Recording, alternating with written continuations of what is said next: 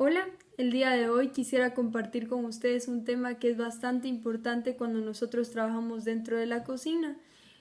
Al momento de manipular alimentos, estamos haciendo cosas que realmente deben de darse en un orden, debe de tenerse la higiene adecuada, debe de tenerse ciertas reglas para trabajar con las diferentes materias primas.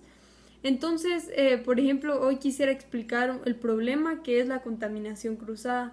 La contaminación cruzada se da cuando un alimento entra en contacto, un alimento crudo entra en contacto con un alimento que está cocido. Para explicar un poco mejor esto, quisiera utilizar los dos ejemplos que son la contaminación directa y la contaminación indirecta.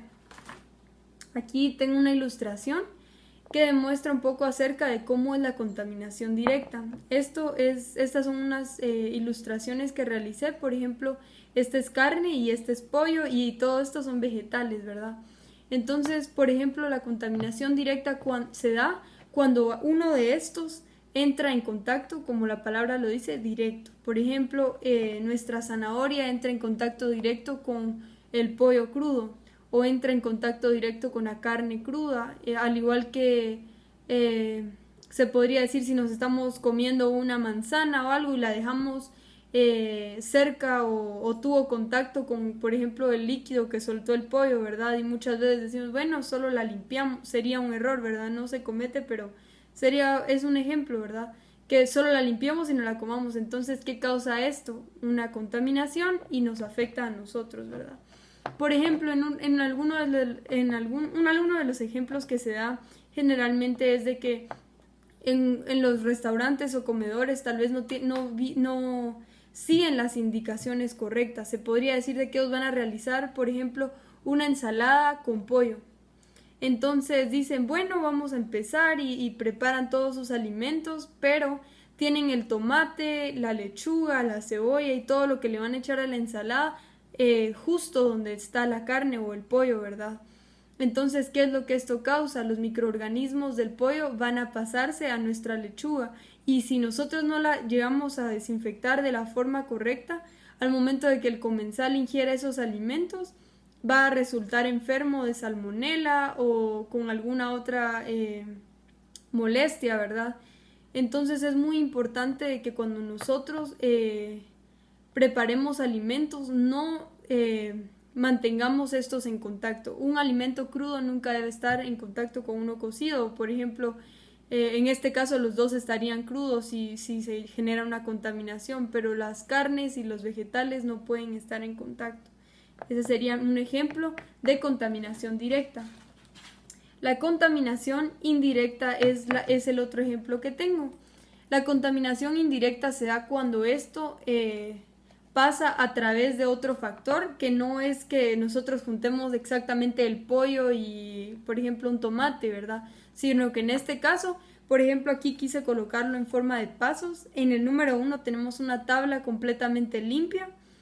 En el paso 2, digamos, nos pusimos a cortar nuestra carne y en el paso 3, bueno, ya pusimos a cocer nuestra carne. Pero quiero cortar una zanahoria o quiero cortar una lechuga. Entonces, para ya no ensuciarla, voy a agarrar esta misma tabla y ahí mismo corto.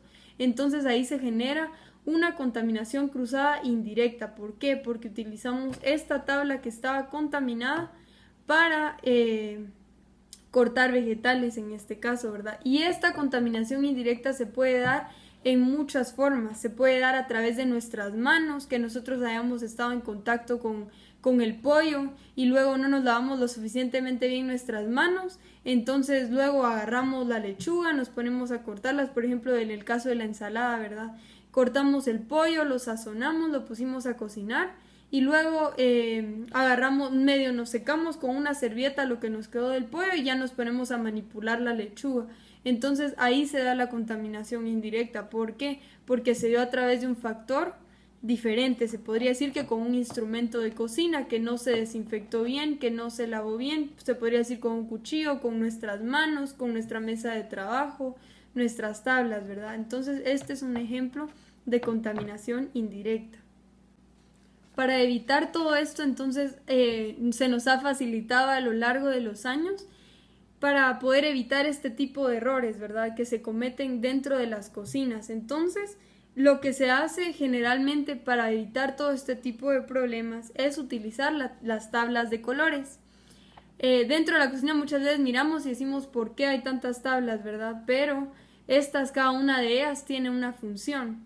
Entonces, nuestra tabla de color rojo nos va a servir para poder realizar cortes de carnes rojas. Entonces, cada uno hace referencia similar a lo que, para que nosotros podamos asimilarlo a lo que se le da el uso, ¿verdad? Entonces, nuestra tabla roja va a ser para carnes rojas, nuestra tabla azul va a ser para pescados y mariscos. Podemos relacionar el azul con el mar.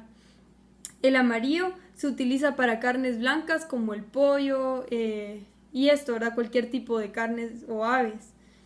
El color marrón se va a utilizar para carnes cocinadas, que lo podemos entender fácilmente.